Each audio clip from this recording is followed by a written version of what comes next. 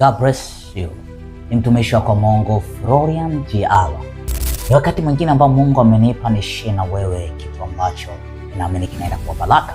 Watu wengi sana wanakuta wanaota nyoka wakubwa, na baadhi ya wengine wanaota mamba wakiasonga maisha kwao, na hawaelewi tafasiri yao ni nini.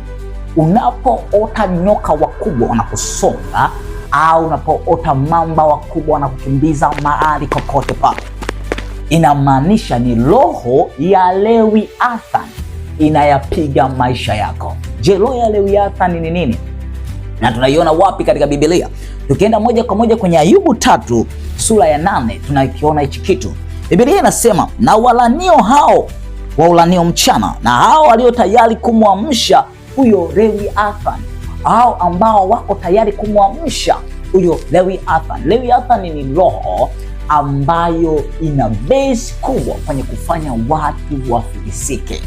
Tunamwona ni Ayubu wakati shetani anamwataki, aliinua roho ya Lewiathan, aliamsha roho ya Lewiathan, na ghafla ikaanza kuharibu kila kitu na ikapeleka kufilisika kabisa, kukua zero kabisa. Mtu aliyekuwa tajiri akawa ni fukara kabisa. Hii Lewiathan ni roho ya umaskini au ni roho ya kurudi nyuma, ambayo inaweza kaachiliwa kwenye kazi ya mtu au kwenye maisha ya mtu. Haijalishi ana utajiri wa namna gani, roho hii inapoingizwa kwenye maisha kwake ni tayari inapelekea destruction au uharibifu wa kila kitu kwenye maisha kwake. Pia tunaiona roho hii ya Lewiathan katika Isaya 27. Biblia inasema hivi, katika siku hiyo Bwana kwa upanga wake ulio mkali, ulio mkubwa, ulio na nguvu, atamwazibu Lewiathan nyoka yule mwepesi, na Lewiathan nyoka yule mwenye kuzongazonga, naye atamuua yule joka aliyebaharini. Biblia inaonyesha tena Bwana ambapo atainua upanga wake mkali na kumwangusha huyu nyoka ambaye anainuliwa na anaamshwa kwenye maisha ya watu kwenda kuharibu maisha ya watu. Kwa Ayubu anamtaja kwa sababu gani? Ni aliachiliwa kwenye maisha ya Ayubu, akaleta hasara kwenye familia, watoto wote wakafa, akaleta hasara kwenye mifugo yake, ng'ombe zote wakafa, akaleta hasara kwenye kila kitu ambacho Ayubu alikuwa anakikamata.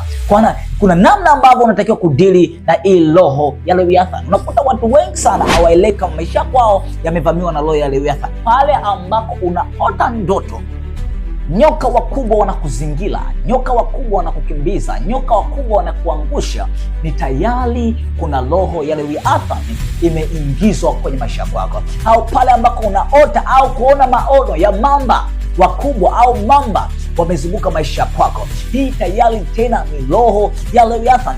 Zaidi kabisa, Lewiathan akiwa kwenye anga anakuwa kama dragon. Pale ambapo unaota tena madragon wanakuzunguka kwenye maisha yako, ni tayari tena ni roho ya Lewiathan ambayo iko tayari kukuangusha kwenye maisha yako. Unapoota ndoto hizi au maono namna hii, usinyamaze.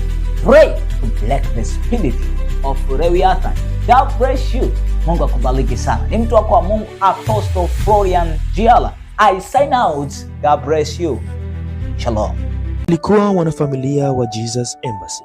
Tafadhali subscribe kwenye alama hiyo nyekundu, gusa, alafu bonyeza pia alama hiyo ya kengele ili kuwa wa kwanza kupata video hizi za mafundisho ya Mungu. Pia unaweza kutupata katika mitandao ya kijamii kama Facebook, TikTok na Instagram kwa jina hilo hilo la Apostle Florian Jiala. Karibu.